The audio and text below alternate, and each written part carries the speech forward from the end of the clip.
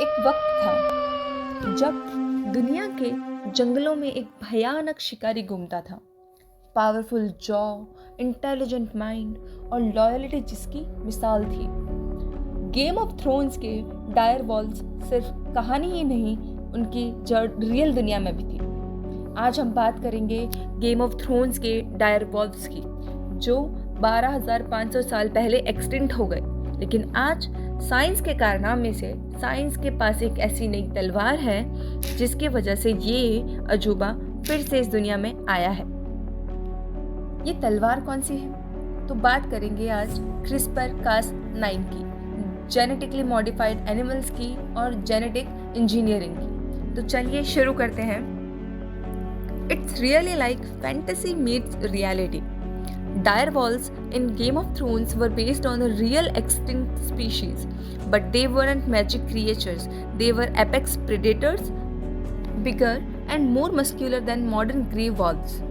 अब बात करेंगे जेनेटिक इंजीनियरिंग की कि क्या है जेनेटिक इंजीनियरिंग। जेनेटिक इंजीनियरिंग का मतलब है डीएनए को तोड़ना, जोड़ना और रीराइट करना। एक तरह से बायोलॉजिकल कोडिंग है ये। जैसे आप सॉफ्टवेयर अपडेट करते हो, वैसे ही ऑर्गेनिज्म का नेचर अपडेट हो सकता है। तो हम बात करेंगे ऐसे कि डीएनए एक सॉफ्टवेयर है। डीएनए सॉफ्टवेयर ऑफ लाइफ है। जीन्स जो है हमारे, वो है इंडिविजुअल लाइंस ऑफ कोड, और हम कैसे जीन्स को रिप्लेस, रिपेयर या ऐड करते हैं। इसमें सबसे बड़ा रोल है क्रिस्पर का, कि क्रिस्पर क्या है, Cas9 क्या है। तो आइए जानते हैं क्रिस्पर क्या है। क्रिस्पर का फुल फॉर्म है clustered regularly interspaced short palindromic repeats. सुन के लगता है ना कि रॉकेट साइंस है, लेकिन चिल मारो, मैं एक स्टोरी में बताती हूँ। क्रिस्पर का ओरिजिन बैक्टीरिया का सीक्रेट वेपन है। बैक्टीरिया भी वायरल इन्फेक्शन से बचते हैं। जब उन पे वायरस अटैक करता है, बैक्टीरिया उस वायरस के डीएनए का एक टुकड़ा अपने अंदर स्टोर कर लेता है, जैसे कि मग शॉट्स। ये वायरल डीएनए के टुकड़े बैक्टीरिया के जीनोम में क्रिस्पर रीजन में स्टोर होता है। अगली बार जब वही वायरस वापस आए तो बैक्टीरिया उस मगशॉट से आइडेंटिफाई करके उसका डीएनए काट देता है using an enzyme that is Cas9। अब ये Cas9 क्या है? तो Cas9 एक एंजाइम है, एक मॉलिक्यूलर सीजर।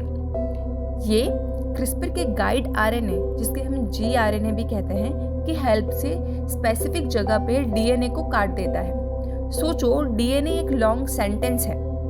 क्रिस्पर उस सेंटेंस का एड्रेस फाइंड करता है और Cas9 उस जगह पे सीजर चला के उसको कट करता है। उसके बाद में हम स्टेप बाय स्टेप देखेंगे कि CRISPR-Cas9 का यूज करके जीन एडिटिंग के प्रोसेस क्या है। सबसे पहले है कि टारगेट ढूंढो कि कहाँ पर हमको कट करना है। टारगेट ढूंढो गाइड आरएनए। हम जिस जीन को एडिट करना चाहते हैं उसका एग्जैक्ट सीक्वेंस ढूंढते हैं। उस सीक्वेंस के अगेंस्ट बनाते हैं एक गाइड आरएनए जो टारगेट जीन को लोकेट करता है। उसके बाद आता है स्टेप 2, जिसमें Cas9 का एक्शन आता है। तो जीआरएनए प्लस Cas9 एक कॉम्प्लेक्स बनाते हैं। जैसे ही ये कॉम्प्लेक्स टारगेट जीन तक पहुंचता है, Cas9 डीएनए को डबल स्ट्रैंडेड कट देता है। उसके बाद आता है स्टेप 3, जिसमें डीएनए रिपेयर होता है। और अब होता है मैजिक। डीएनए कट होने के बाद अब सेल 2 तरीकों से रिपेयर कर सकते हैं। ऑप्शन 1 है नॉन होमोलॉगस एंड जॉइनिंग। इसमें क्या होता है, जल्दी रिपेयर होता है, लेकिन इसमें मिस्टेक काफ़ी ज़्यादा होती है। रिजल्ट क्या निकलता है, जीन डिसेबल हो जाता है। ये मेथड तब यूज़ होता है जब किसी जीन को परमानेंटली बंद करना हो, उसको बैन करना हो।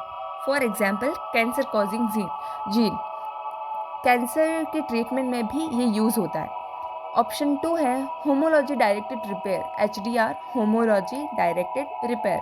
यहाँ साइंटिस्ट एक न्यू डीएनए टेम्पलेट प्रोवाइड करते हैं। सेल इस टेम्पलेट को यूज़ करके डीएनए रिपेयर करता है। जीन एडिटिंग या इंसर्शन पॉसिबल होती है। इस टेक्निक से हम किसी भी ऑर्गेनिज्म के अंदर नया ट्रेट डाल सकते हैं। अब इस पूरी रामायण को जस्ट सिंपल वे में समझेंगे कि डीएनए एक टेक्स्ट फाइल है और क्रिस्पर एक सर्च फंक्शन है और Cas9 डिलीट की और HDR टेम्पलेट पेस्ट करने के लिए एक न्यू सेंटेंस। इमेजिन करो कि एक 3 बिलियन लेटर कि ऐसे में से आपको एक स्पेलिंग मिस्टेक मिली है। अब आप कैसे फाइंड करोगे उस मिस्टेक को? तो वहाँ पर क्रिस्पर हेल्प करेगा you to go straight to that word and replace it with the correct one. और उसको कट करने के लिए हमारे पास है Cas9, उसको वहाँ से डिलीट करेंगे और HDR टेम्पलेट है वहाँ पर नया सेंटेंस पेस्ट करने के लिए। तो ये हुआ हमारा complete simple analogy of DNA editing. जैसे कि DNA एडिटिंग है एक वर्ड डॉक्यूमेंट एडिटिंग, इसको सिंपल वे में हमने समझा। अब एप्लीकेशंस देखेंगे हम क्रिस्पर और Cas9 के कि कौन कौन से फील्ड में यूज़ करते हैं और कौन कौन से केसेस हैं जो इसमें यूज़ करवाए गए हैं। मेडिसिन के फील्ड में हम इसको यूज़ करते हैं कहाँ पर? सिकल सेल, कैंसर और HIV के ट्रीटमेंट में। ये तीनों ट्रीटमेंट्स में इनका बहुत ज़्यादा अच्छा यूज़ होता है। एग्रीकल्चर में भी इसका यूज़ होता है। कहाँ पर? पेस्ट रेजिस्टेंट क्रॉप्स में, ड्रॉट टॉलरेंट राइस में।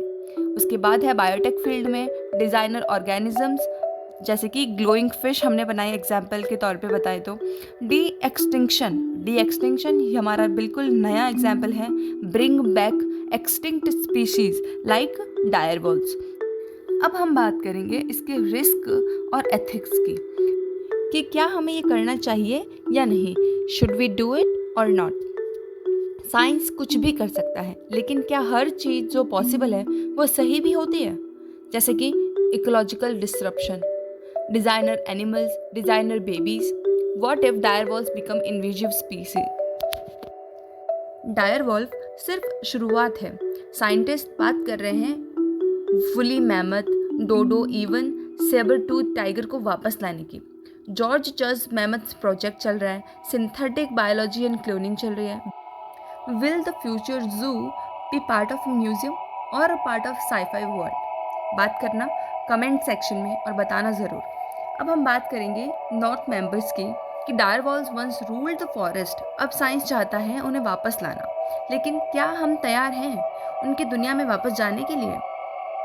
अब थोड़ा उन साइंटिस्ट पर भी गौर करते हैं जिन्होंने इन सब को बनाया है। तो सबसे पहले नाम लूँगी जेनिफर डाउडना का। उनका कंट्रीब्यूशन है, जेनिफर ने CRISPR-Cas9 जीन एडिटिंग को डेवलप और उसके प्रिसाइज को दिखाया, जो जेनेटिक इंजीनियरिंग में एक रिवोल्यूशनरी स्टेप था। इन्होंने 2020 में केमिस्ट्री में नोबेल प्राइज़ जीता। अब हम बात करेंगे उनका ये रिसर्च दुनिया भर के मेडिकल और एग्रीकल्चर एप्लीकेशंस में यूज़ हो रहा है। दूसरे आते हैं एम्यूनल चारपेंटियर। कंट्रीब्यूशन है इनका कि इन्होंने CRISPR-Cas9 सिस्टम को रिसर्च किया और उसका फंक्शनल मैकेनिज्म समझा।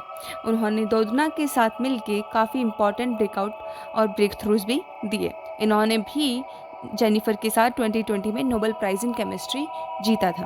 फन फैक्ट है इनके बारे में कि चारपेंटियर का रिसर्च बैक्टीरिया के इम्यून सिस्टम पर बेस्ड था, जो क्रिस्पर का ओरिजिन है। एक है जॉर्ज चर्च।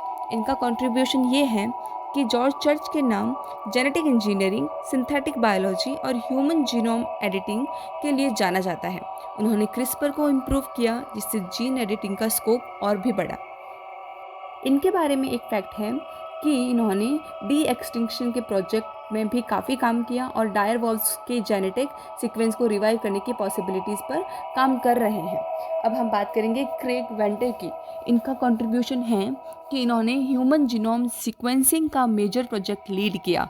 इन्होंने सिंथेटिक लाइफ फॉर्म्स क्रिएट करने में भी कंट्रीब्यूशन दिया है। इन्होंने पहली बार आर्टिफिशियल DNA को क्रिएट किया था, जो एक तरह का फाउंडेशन बन गया है जेनेटिक इंजीनियरिंग के लिए। इनके बाद फेंग ज़ांग की बात करेंगे। इनका कंट्रीब्यूशन है कि ज़ांग के नाम CRISPR-Cas9 टेक्नोलॉजी को ममेलियन सेल्स में इम्प्लीमेंट करने में जाना जाता है। इन्होंने इस टेक्नोलॉजी को जीन थेरेपी में इन्वॉल्व किया है। इनके बारे में भी एक फैक्ट है कि इन्होंने CRISPR-Cas9 को प्रिसाइज जीनोम एडिटिंग के लिए ऑप्टिमाइज़ किया और उससे काफ़ी डिजीज़ को टारगेट करने में मदद मिली। अब लास्ट में बात करेंगे डेविड लियो की। डेविड लियो ने बेस एडिटिंग और प्राइम एडिटिंग का इन्वेंशन किया, जो जीन एडिटिंग की एक्यूरेसी को इम्प्रूव करता है और CRISPR-Cas9 से भी बेटर होता है इन सम केसेस। लियो का काम जेनेटिक डिजीज़ को ट्रीट करने के लिए नेक्स्ट लेवल टूल्स डेवलप करना है। और बस दोस्तों, ये था हमारा एकदम CRISPR वाला जीन एडिटिंग डायरवॉल्व रिटर्निंग वीडियो। अगर आपका दिमाग भी अभी भी घूम रहा है तो कमेंट में लिखो कि मेरा डीएनए हिल गया है भाई। और हाँ, अगर वीडियो पसंद आई हो तो दोस्तों को भी भेजो, वरना कल उनका जीन एडिटिंग करके उन्हें मछली बना देंगे। शेयर करो, लाइक करो और मुझे बताओ कि नेक्स्ट टॉपिक क्या लाऊं, और जो भी सजेशंस हो आप बताना, कमेंट करना, वरना क्रिस्पर से तुम्हारे मोहल्ले में भी डायर वॉल्फ भेज दूंगी मैं। मिलते हैं अगले वीडियो में, तब तक के लिए डीएनए सेफ रखो।